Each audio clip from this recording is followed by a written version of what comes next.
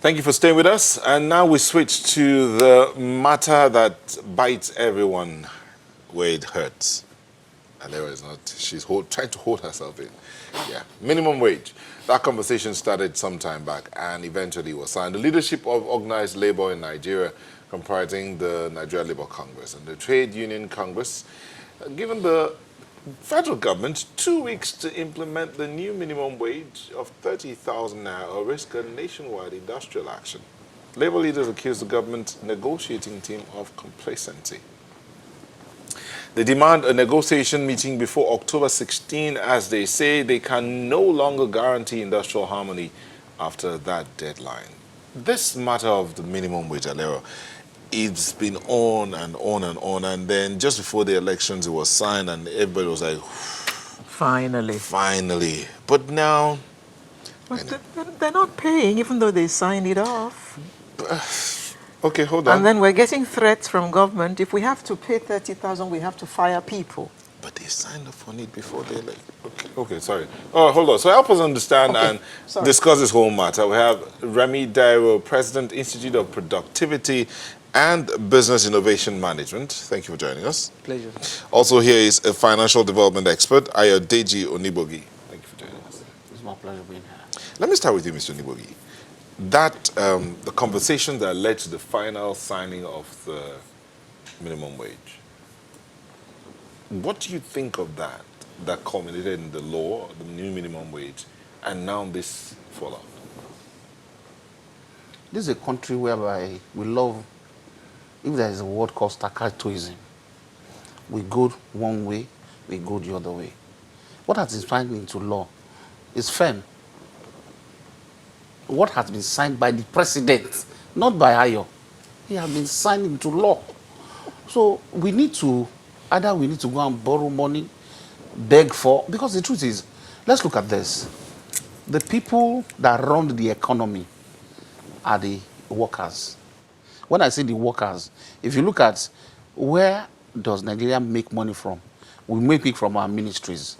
We make it from the likes of ports, aviation, because they are part of the ministries, either Ministry of Aviation. And then you now discover that this is a country whereby monkey they walk, baboon they chop. People are working. They cannot, their salary cannot take them home. Their take home cannot take them home.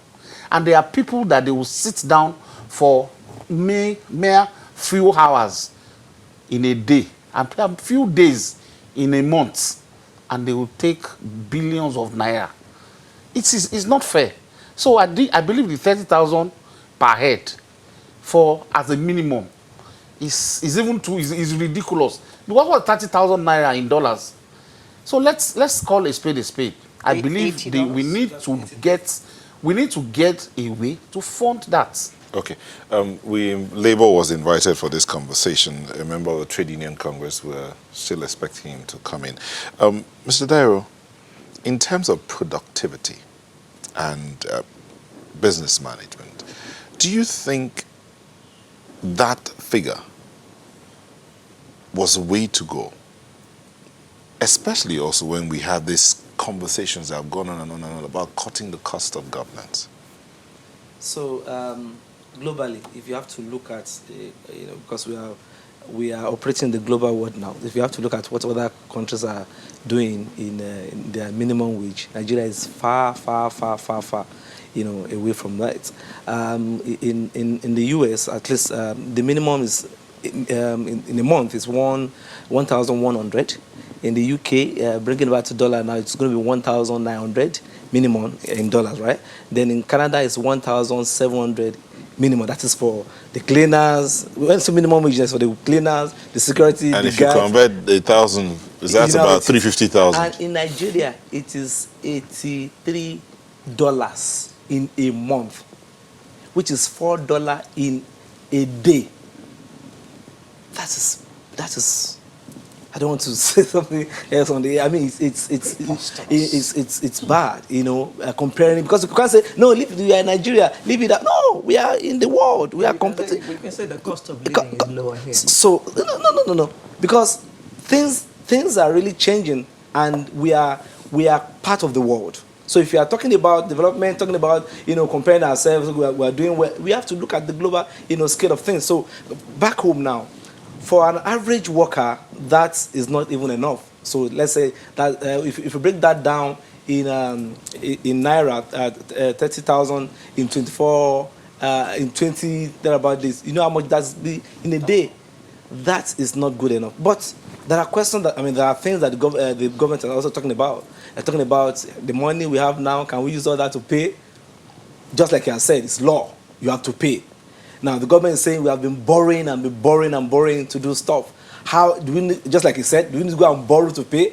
And I tell you, if we continue to borrow to pay for the current issues in Nigeria, I don't know how far we can go. So anytime you are spending so much as a country, and then the production capacity of a nation is not bringing it enough resources, then we are going on a But let's see this matter, Mr. Nibogi, back to you here. We have governments come and go, but the civil service stays. So they are the ones who are, as they say, the engine room of government. They run the government. Okay, so someone posted something one time about a group of people who are budgeting some billions for vehicles.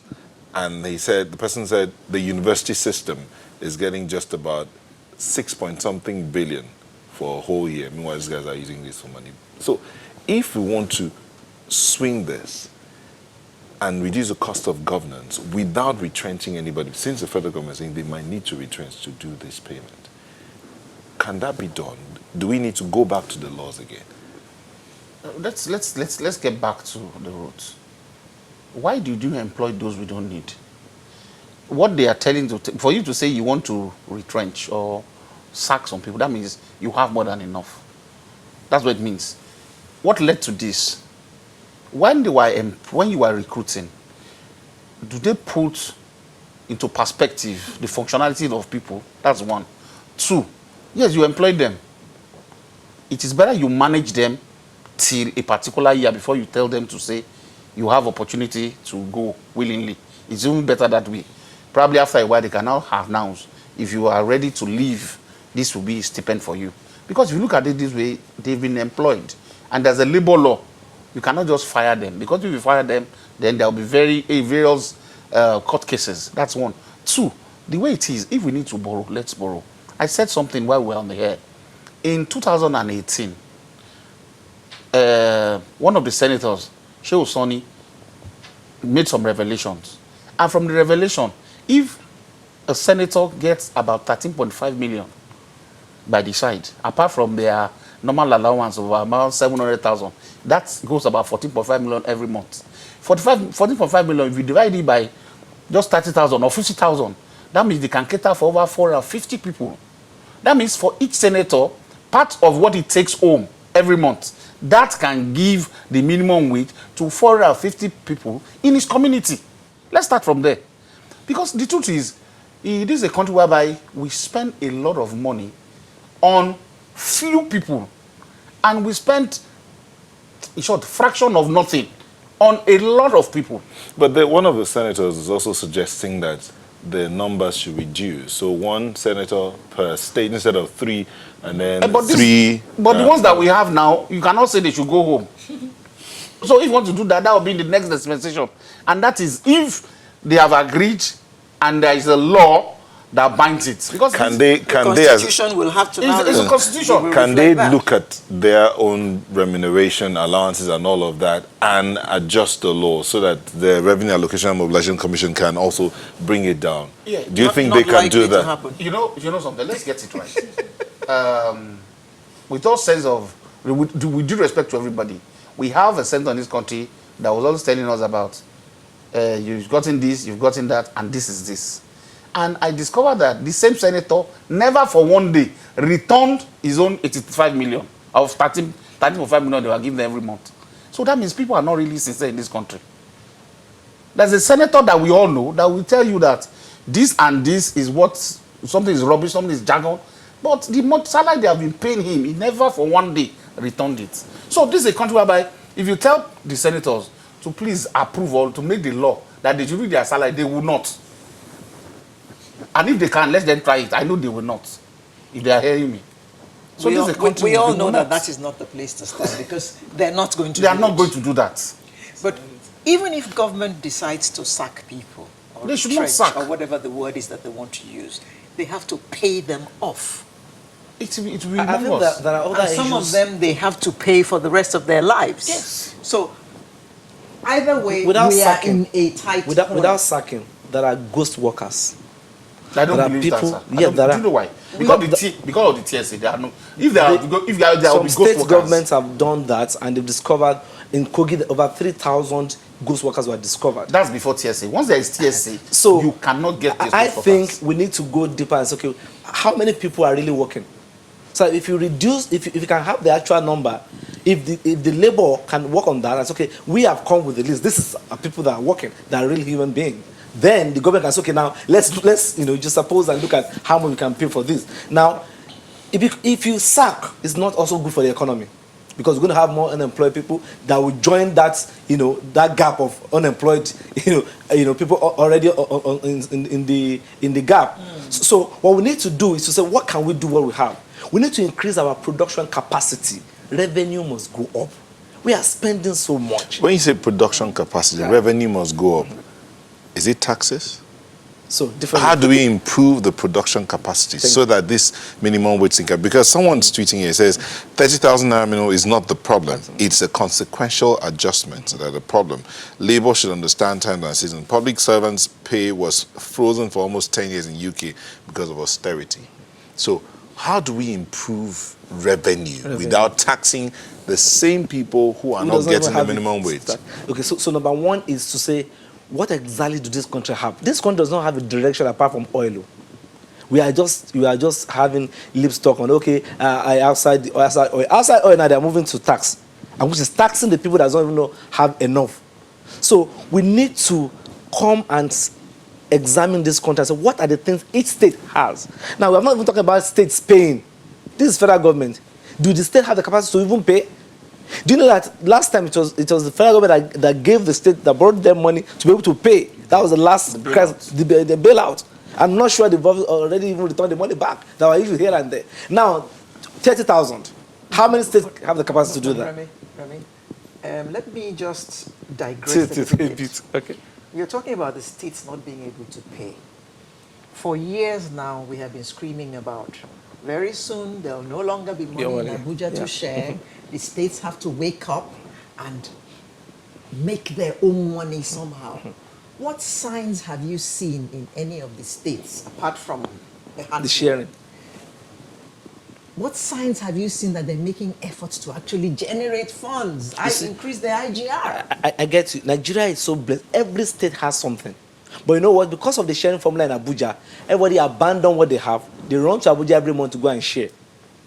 So each state must generate their own capacity to generate their revenue. I thank God for some of the states, Anambra, some other few states that are now producing rice, Abakaliki rice and all that. At their level, they are now investing money to say, what can we do in this state now? Now the question is, Lagos State is also trying, but I'm sure there's a lot of borrowing too in Lagos. And there's a lot of financial crisis too going on with the government and all that, trying to manage things up, but there are also taxes coming in. But you see, there are states that have tourist capacity. What is in Dubai?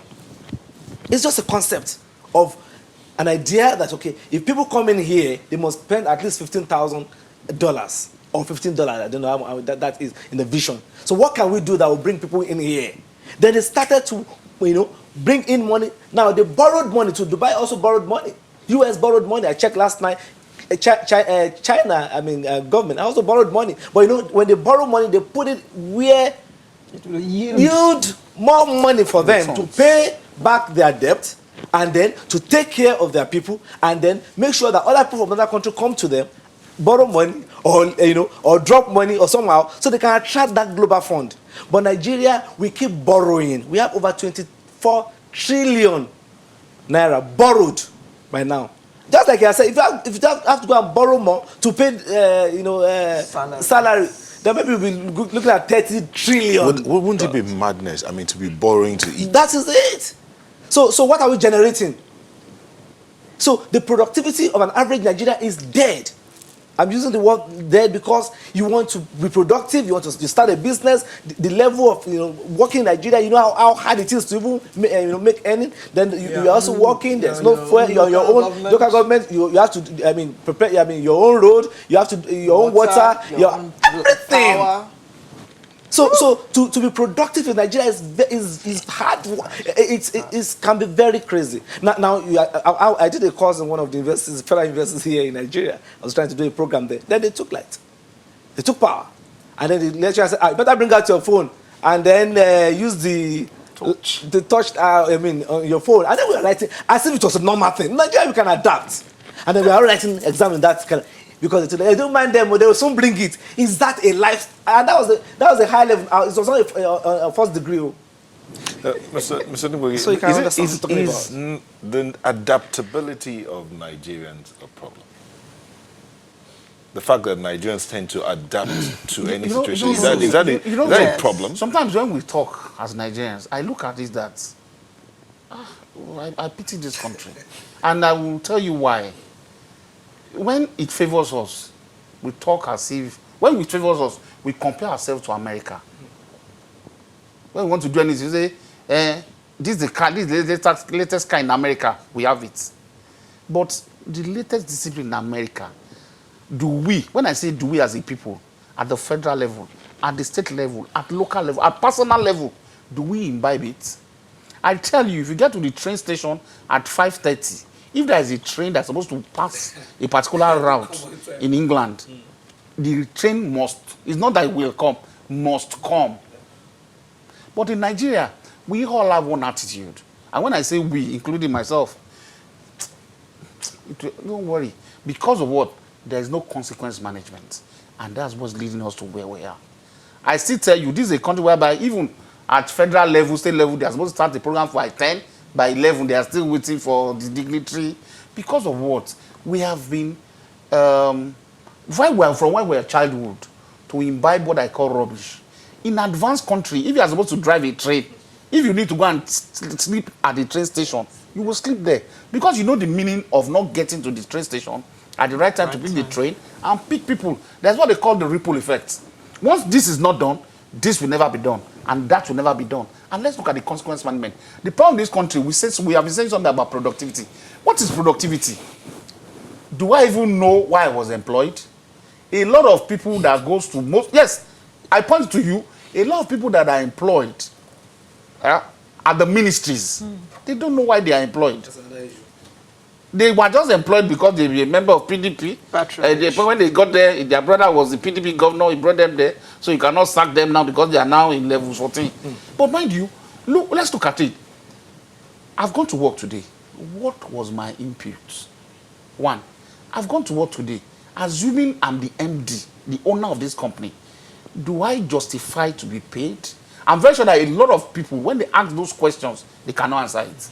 The other side of KPIs, key performance indices, is it applicable in the civil service system of our country? So that we're looking at productivity now, because we're talking about how productive is the Nigerian worker. We've not looked at how productive is the Nigerian politician. We'll be back in a moment. Please join us again.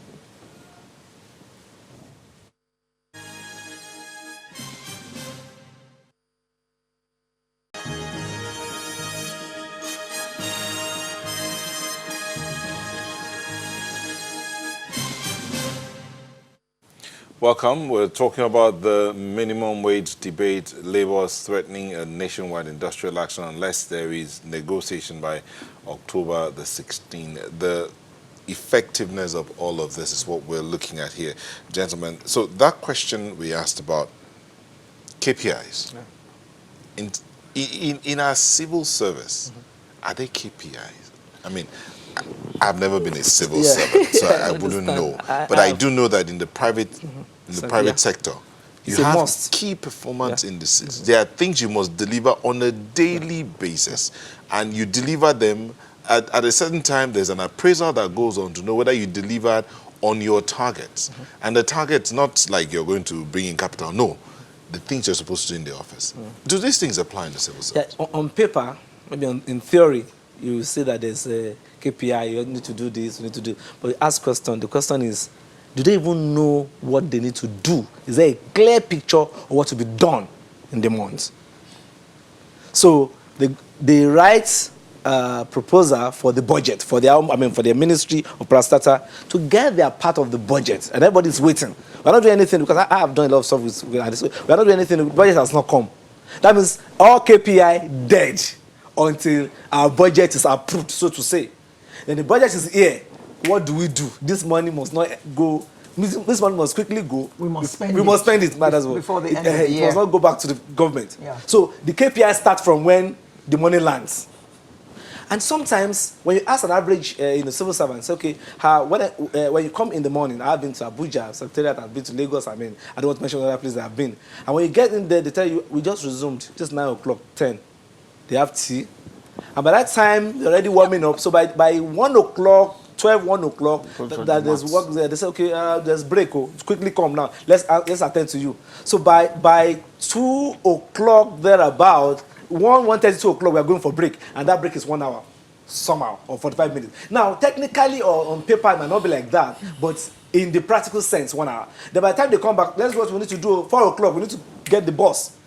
Going to Nyanya, going to Maraba. Oh, we need to go. We are going. Where's the come tomorrow? We are going. The bus is moving. Before you know, they all enter the bus by 4 o'clock because they need to get. Because if they don't do that, they have to spend more money.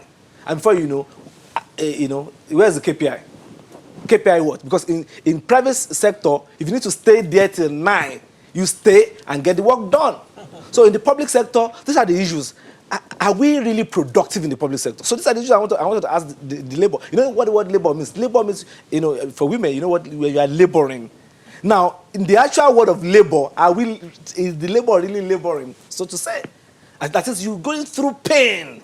You are really putting in pressure to give birth to a baby. Is there a baby that labor wants to give birth to? So those are the issues. So Nigbogi, way forward.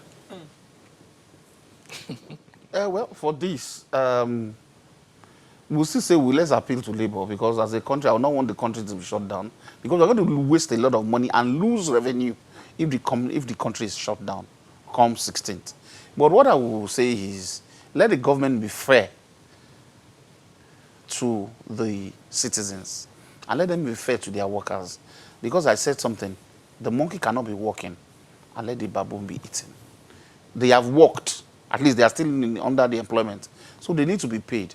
And if something has been signed to law, just like as their own salaries have been signed to law, and nobody is touching it, let them go and look for anyhow and pay this. Remy, Sam tweets, in other climes, the highest paid workers are those in private business, education, and health sectors. It's only a healthy and educated worker that can enhance productivity. Sadly, in Nigeria, we pay the politicians most of our monies. This is a big issue. Now, all the money. If you are not, if you are not one of the positions is, if we are not sacking the workers, then we should reduce the cost of governance. We are spending so much. I mean, more than 10 years. We need to legislate this. We need to legislate this. But nobody is listening. They have to listen, because the ones who are to reduce the ones benefiting from it. So how are we going? I mean, what do you expect us to do? So the issue of Nigeria is 360. You touch it here, it touches here. You touch it there, it touches there. So it's all over now. So if we are not sacking the workers, we need to reduce cost of governance. We have the National Assembly. You know how much goes to National Assembly in budget? You know how much labor is asking for? Nothing. And then we have the federal government. The federal government itself, we have the PA, SA, we have the PA to the SA, SSA, and they are all on salary.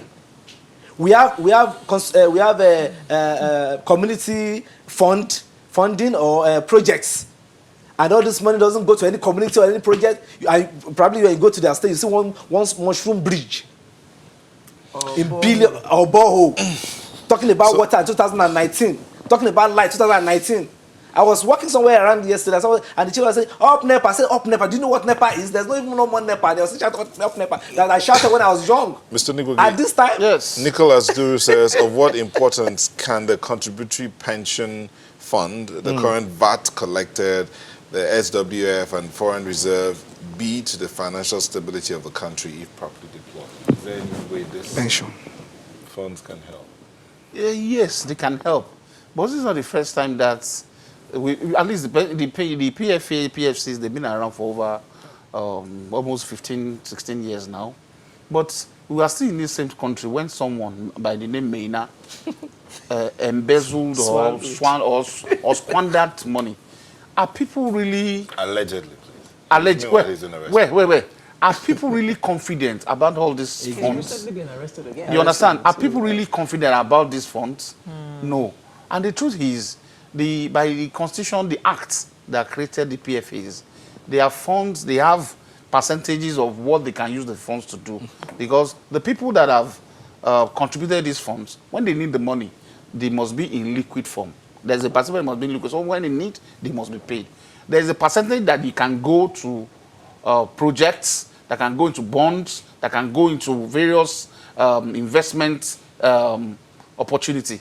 But are people really even sincere and comfortable with the PFAs and the arrangements? No.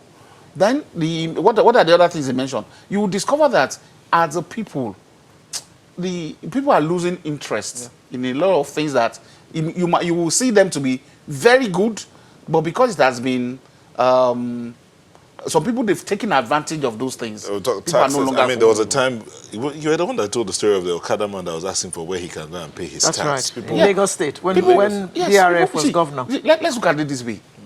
I said something. I said, if we have what they call the basics, Nigeria will be willing to pay. Just like everybody know that the cost of making phone calls has been reduced. As a young man, I knew then, if my uncle wanted to call from America, my mother will have to go and sleep because we never had those big phones. You never go and sleep with another family that has those phones then. But now, at the comfort of your home, you can speak to America, London, at any time. So people are ready and willing to pay. So if the government can make the cost of operation to be easy, people are willing to pay taxes and what not. But you have said something that is very key. This is a country whereby we put a square peg in a round hole.